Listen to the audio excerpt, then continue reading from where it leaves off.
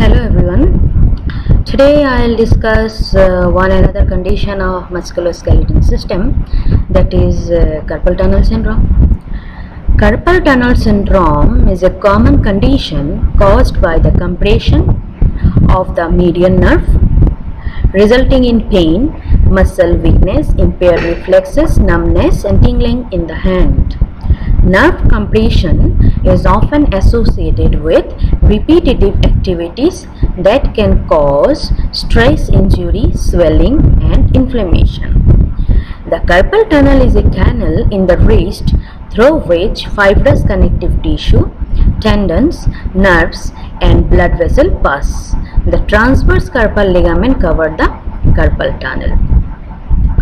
So, पहले carpal tunnel syndrome पढ़ने के लिए हमें कार्पल टनल के एनाटॉमी को जानना पड़ेगा. अभी देखते हैं कार्पल टनल की anatomical structure. These are the carpal tunnel anatomical structure. What is carpal tunnel? Carpal tunnel is a narrow passage in the wrist which is composed of carpal bones, transverse carpal ligament, tendon and median nerve. This median nerve is very important. Median nerve passes through the carpal tunnel towards thumb, index finger, middle finger and half portion of the ring finger. Thumb and two and half portion of fingers are supplied by the median nerve. So what are the function of median nerve? Median nerve control the muscles of the palm and thumbs as well as supply the sensation or provide the sensation to the thumb, index finger, middle finger and half portion of the ring finger. Now what is happening in carpal tunnel syndrome? In carpal tunnel syndrome, median nerve get compressed. How median nerve get compressed?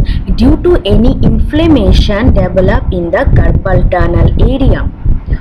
Inflammation develop in tissue of the carpal tunnel or around the carpal bones, which leads to compress the median nerve. Due to less space in the carpal tunnel area, the median nerve will get compressed. After that, patient start feeling pain, tingling sensation, weakness in the muscles.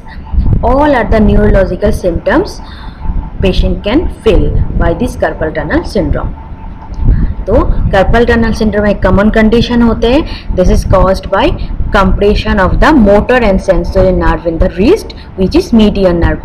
Why it is motor and sensory nerve? Because it is controlling the muscles as well as it provide the sensation to the thumb, index finger, middle finger and half portion of the ring finger. इसमें इसका median nerve का क्या हो रहा है? Compression हो रहा है due to any inflammation and swelling.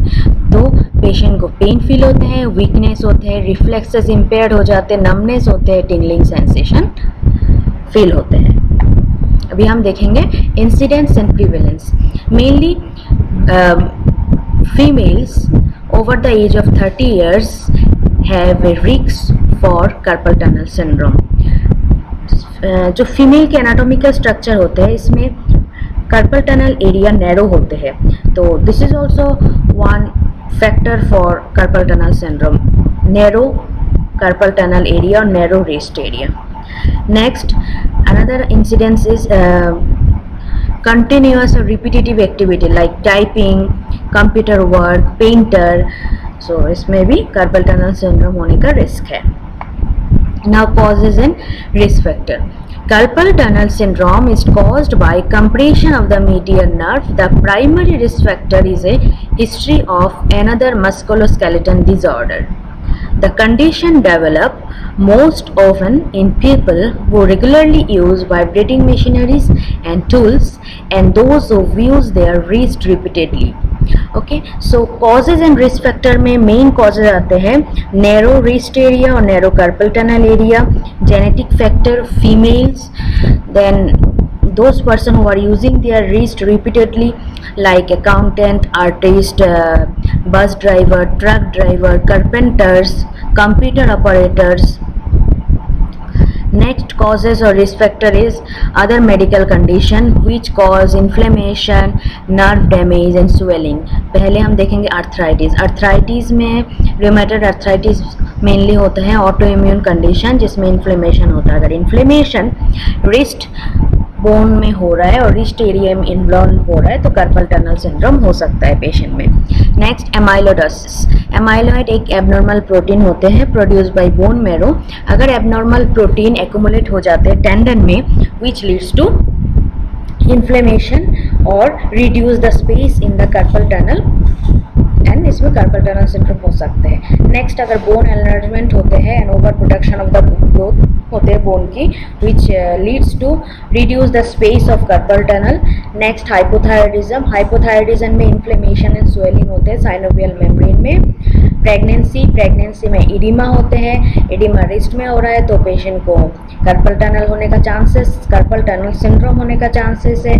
Tendon inflammation, अगर यूरिक एसिड एक्यूमुलेट हो रहा है जॉइंट्स में तब भी हो सकता है। एंड प्रीवियस एनी इंजुरी और previous any wrist fracture. Sign and symptom.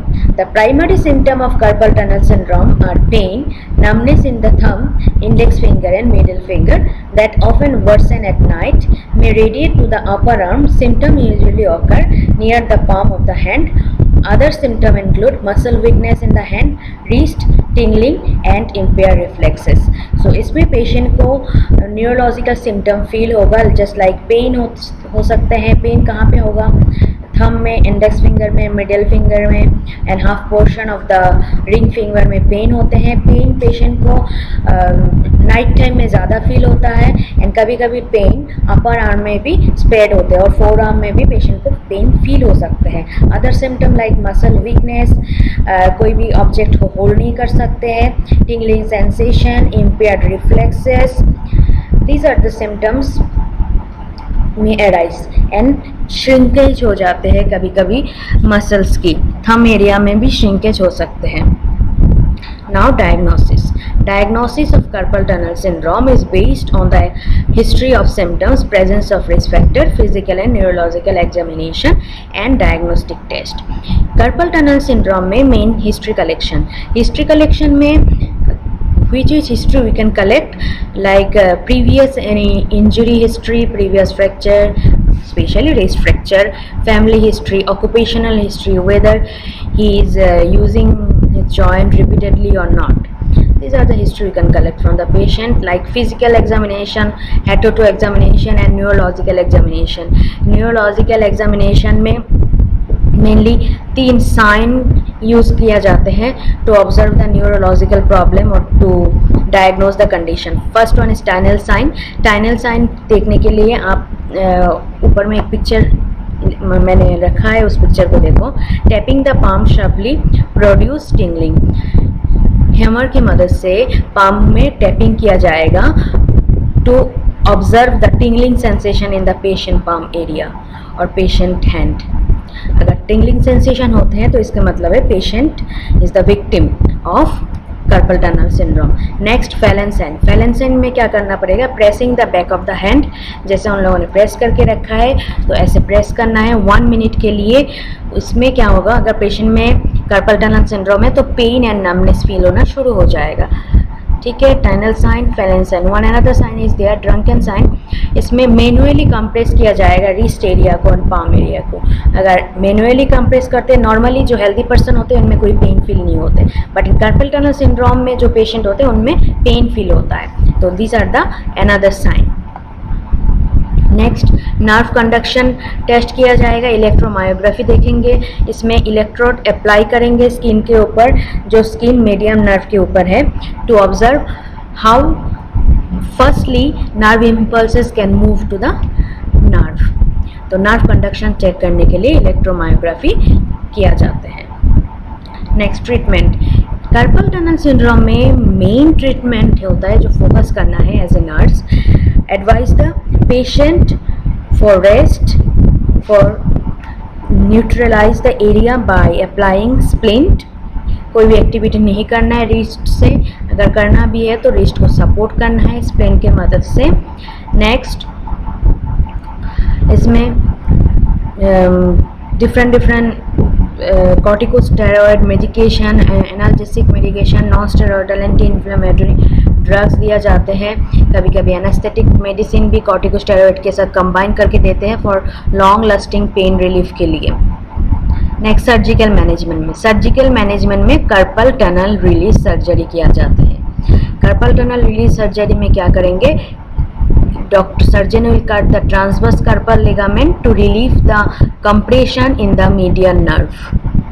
So it can be performed as a open surgery or as a endoscopic surgery. Open surgery में क्या करेंगे, एक incision करेंगे, कहाँ पे, जो पम्प के अंडरलाइन टिश्यू होते हैं इसमें एक इंसिशन करके कट किया जाएगा ट्रांसवर्स कार्पल लिगामेंट को। एनास्थेटिक सर्जरी होते हैं। Next endoscopic surgery. Endoscopic surgery में एक स्मॉलर इंसिशन क्रिएट किया जाएगा रिस्ट में एंड इसी इंसिशन से एंडोस्कोप को इंसर्ट किया जाएंगे एंड वो एंडोस्कोप क्या करेंगे, कट करेंगे ट्रांसवर्स कार्पल लिगामेंट को। आप पिक्चर में अच्छे से देख सकते हो। Recovery time is 3 to 12 month, complete recovery. Next complication, different complication होते हैं आफ्टर सर्जरी के, जैसे कि बर्निंग पेन हो सकते हैं पेशेंट में, इन्फेक्शन हो सकते हैं, नर्व डैमेज हो सकते हैं, स्टिफनेस हो सकते हैं, स्वेलिंग हो सकते हैं। That's all about carpal tunnel syndrome. Carpal tunnel syndrome is the compression of the median nerve because of inflammation in the carpal tunnel area. What are the causes? Anatomical structure mainly female में होने का chances है, repetitive work, other medical condition like hypothyroidism, obesity, pregnancy. This medical condition leads to inflammation, swelling and nerve damage. तो इसकी diagnostic test में physical examination किया जाएगा।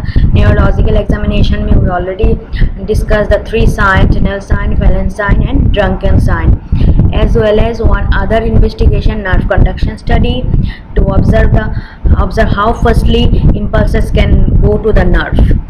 Next surgical management and medical management में स्पेशली पेशेंट को समझाया जाएगा, give rest to your breeze joint by applying splint. Other corticosteroid दिया जाते हैं, नहीं तो non steroidal anti inflammatory drug provide करते हैं। As well as surgical management में one surgery transverse carpal ligament release surgery, इसमें ओपन सर्जरी भी किया जाता है, एंडोस्कोपिक सर्जरी भी किया जाता है। Thank you everyone.